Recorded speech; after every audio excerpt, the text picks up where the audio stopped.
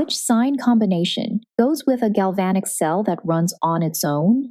Letter A, B, or C? Keep your choice. We will check it when we connect voltage to free energy. In this video, you will learn how a galvanic cell works, what a volt really measures, and how cell potential connects to free energy through the equation. Delta G equals negative NF times E. A galvanic cell is a spontaneous redox reaction that pushes electrons through a wire. That flow corresponds to an electric current, which can do useful work, just like falling water can spin a wheel. Here is the unit story. 1 volt means 1 joule of work per coulomb of charge transferred. By sign convention, when the cell does work on the surroundings, we call that work negative for the system. Let's tie it all together. Maximum electrical work is modeled by negative charge times potential, and charge equals moles of electrons times Faraday's constant. That leads to delta G equals negative NF times E of the cell. And at standard conditions, delta G naught equals negative NF times E naught of the cell. Spontaneous cells have positive E and negative delta G, so the correct choice was B. In practice, not all of that maximum work ends up as useful electrical work.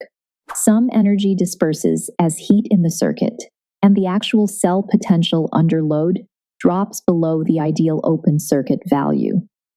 This energy spread is how the entropy of the universe still increases during a spontaneous process. Mini checkpoint.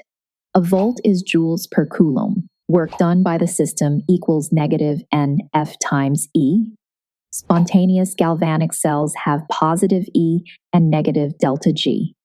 Curious how much you're remembering?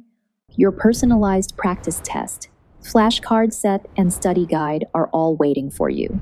Just tap the link now and keep watching. Future you will thank you. Let's try a quick calculation. If a process transfers 3 moles of electrons at 0.45 volts, the maximum electrical work is about negative 1.30 times 10 to the 5th joules, or negative 130 kilojoules. The negative sign reminds us the system did work on the surroundings. Watch for pitfalls. First, N counts moles of electrons, not moles of reactant molecules. Second, do not drop the minus sign in delta G equals negative NF times E.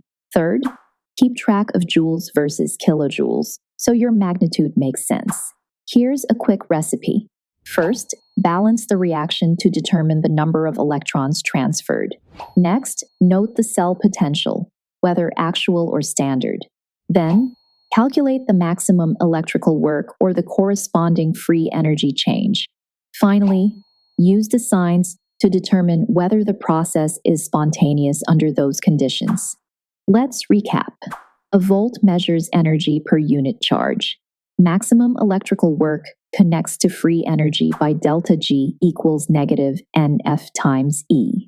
For galvanic cells, a positive cell potential pairs with a negative free energy change.